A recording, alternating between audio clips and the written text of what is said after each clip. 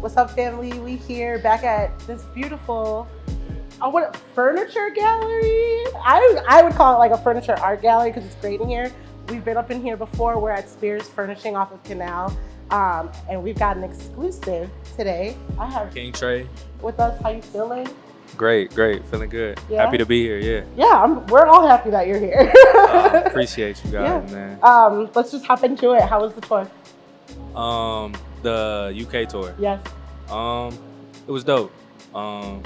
Very different. The shows were lit. Is there a bus coming after that? No. I was gonna say the best thing about the tour though was the experience of leaving the country, because I've never left the country. Mm-hmm. You know, so I've toured a bunch. You know, the shows they were great shows, but of course. I've done a lot of great shows. What I've never done is leave the country, you know, see the things I saw. And, you know, it wasn't too, you know, out of the ordinary. They speak English. I was just in the UK. So, yeah, I mean, they knew the words. I had people come out for me. That's still mind-boggling that, you know, people in other countries want to buy tickets to see me rap. Yeah. But, yeah, no, it was great. The shows were great. And, you know, the experience was grander. Yeah, was there something that you did out there where you're like, oh man, I gotta do this, or I'll probably never be able to do this again once I get back to the States? I don't know about never do again, but I made a freestyle over a UK type beat. And we shot a drill. Yeah. And then we shot a video out there in front of, like, you know, like the Buckingham Palace, and we were in front of, what are they, Big Ben, yeah, and a couple different spots that, you know, everybody, you know, the tourist attractions. Yeah. So that'll come out like this week or this weekend. Oh shit, okay. Yeah. Oh shit, okay. All right. 2022 was a big year for you. Yes. A lot of things happened, and I feel like a lot of things kind of like started happening quickly. Very quickly. What kind of mindset were you in when going into 2023?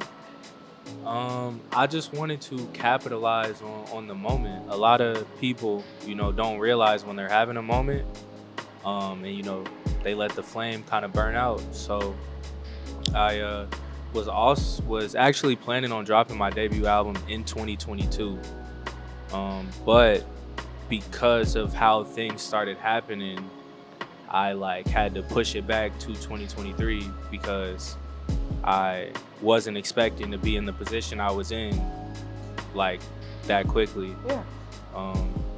So yeah, 2023, I was just trying to capitalize on the moment that, you know, I started to bubble up in 2022 for sure.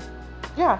What's one of the things that you've learned within these past 6 months of 2024? A couple of things. One of the things I've learned in 2024. I have learned how to plan a lot better. In the past, I've like planned everything to the T. I've never really left any room for anything to go wrong. Okay.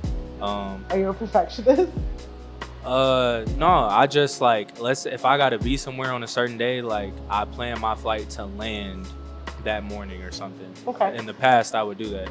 But having to travel a lot more now, and having a lot more important, you know, career furthering things I have to do, I've learned that like you gotta plan some cushion for a few mishaps.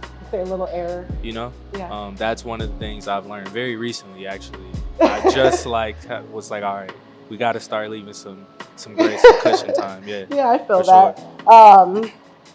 I wanted to shout you out for Black Kid in Glenview. Yeah. That kind of hit home for me. So I really it. appreciated just like all the lyrics and stuff. I was the only Black kid until we were about 13. Really? So when I Mine heard was that, like the reverse. Really? Yeah, I was around a lot of Black kids, and then when I was 14, then I was the only Black kid. Yeah. So all that stuff that you hit at that age, I was hitting just a little bit earlier. So that definitely hit home. I actually listened to it, and I'm like, oh shit. I listened to it again, and I'm like, oh shit. Yeah. That was very heartfelt. Yeah, I really liked it. Thank you. What could be your fave Mick feature? And we won't say anything. My favorite Mick feature. Yeah, because you guys have hella stuff with each Yeah, other. we got like 5 songs out, 6. Yeah. And we got like New one 6, just dropped too. Yeah, some more on the way. My favorite Mick feature is a song that's not out, and it's called You can't do that. It's called All Gas No Brakes. Okay. AGNB. Actually, that's what it's called, but it stands for All Gas No Brakes. Yeah. Okay. And what makes that different from everything else that you guys have worked on? Mick bodied the verse. He was the first verse. He killed it, and it is the outro to the project that me and Mick have coming. And then, you know, I rapped right after Mick, and then there's like a beat switch at the end where I kind of go off into kind of talking about, you know, being, you know, appreciative and, you know, just still not being able really to even believe that I've gotten to the point I've gotten to. And that song just means a lot to me in general because of what I did on top of Mick just killing it. So it was a perfect track for you. Yeah, All Gas No Brakes, for sure. That's what's up. All right, well, tell me more about this project, because I did ask Mick about it, but he was like, I'm gonna leave a little something for Trey. Yeah, it was my idea for sure. Me and Mick just had a lot of songs out, so I hit Mick and I was like, let's just do a project, or let's just lock in, do some songs. Makes sense. So I flew out to LA for like 2 weeks, and the guys at Universal, actually Def Jam Music specifically, shout out to the A&Rs over there. Shout out to Nick specifically and CJ specifically. They gave us the studio in Universal Studios. And me and Mick just locked in for 2 weeks. And you know, we made a bunch of good songs. Only one that we made didn't make the project. So that means we were on our A game. Yeah. Usually it doesn't happen like that. Yeah. And I love it. It's a great project. I wouldn't call it an album. Okay. I would call it a mixtape though. I heard you asking Mick about it, and I heard some of his answer. I didn't hear all of it, but I think, you know, I agree with him in the sense of you don't make an album in 2 weeks. Yeah. We literally made that in 2 weeks. I'll take mixtape. Yeah. I call it a project tape, but I think it's good to, you know, let the people decide what they think it is. But it is, you know, it's a good length. So when are we expecting this? Early first week of September. Okay. First Friday of September. Chance put a date.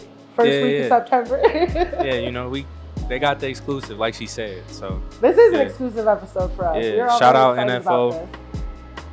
Yeah. I'll do my quirky question now for you. What's your gas station order? Top 3. Gas station order. Yeah. I'm running into the gas station. What you want? I'm going to.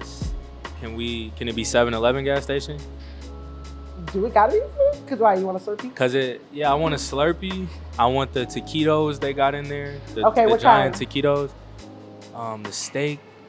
The steak and cheese one, or the taco. I think one is just called taco. Yeah, that's my favorite one. Yeah, I'm grabbing those two, and I'm grabbing a Slurpee. If they got the blue one, I want the blue Slurpee. All blue? Blue raspberry, all blue.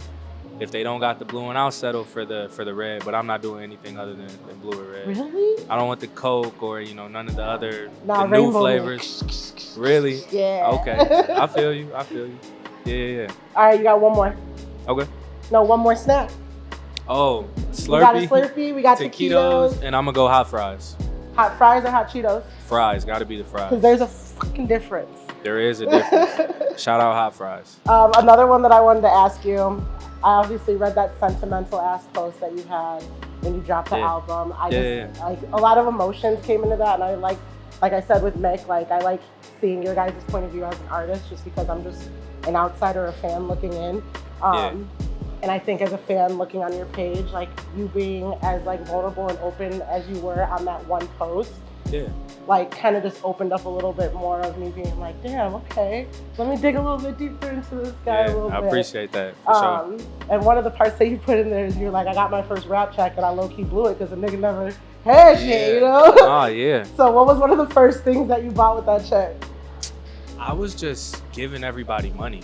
I was just like, Well, first of all right. So first, I went and bought a lot of studio equipment. Now I'm able to record in the crib. I have my own engineer. Yeah, you gotta do business first. So I locked in. I did that. But then after that, I was just like, Mom, you need 500, and I was giving everybody money. I was like, everybody was going out to eat. Like, I got money now. The rapping worked out. I paid a few months of rent in advance. Okay. But yeah, very quickly I was just like, all right, That should go now. we running low. We running low very quickly. But you know, some of it I took care of business, and then I was just, you know, acting like I had money because I had some money, and I never had money before that. So, Yeah. you know. All right, what are we looking at, Trey, for the rest of 2024? The rest of 2024, I'm gonna be touring some more. I'm like 80% sure on that. There's an opportunity on the table. Yes. There's also an opportunity with rocking the Daisies, which is a festival in South Africa. Yeah. Mick is also doing that festival, so Yeah. it's crazy. They like hit up my people. It's not that crazy, my guy. Yeah, I think that's something you know, maybe you should it's get a some little carryover. used to. Yeah, a lot of my fans too. Like when I get new fans or when people follow me or they DM me, yo, like above, a lot of people say like, I found you because of your feature with Mick, or like I found you because you have this post with Mick, and then I get a lot of followers from the OGs who I collab with today, Mick being one of them. So you know, just grateful for that. But yeah, 2024 we touring. I got a project with Mick Jenkins coming out, which is still crazy to say. And I'm working on my sophomore album also. Okay. I don't know when that's coming out, but work is being done on it. So yeah, 2024, just same, head down, working, trying to keep growing, keep you know, furthering myself in my career. Of course. For sure. I'm excited for you. I appreciate it. Yeah, I see big things. I'm excited. Hopefully, man. All right. Yeah. Well, let the people know where they can find you at. Yeah, KingTrey. You can find me on Instagram at the KingTrey, and everywhere else just KingTrey. For sure. All over the place. All over. All over. All right. Well, I appreciate you. Thank you. I appreciate it. I'm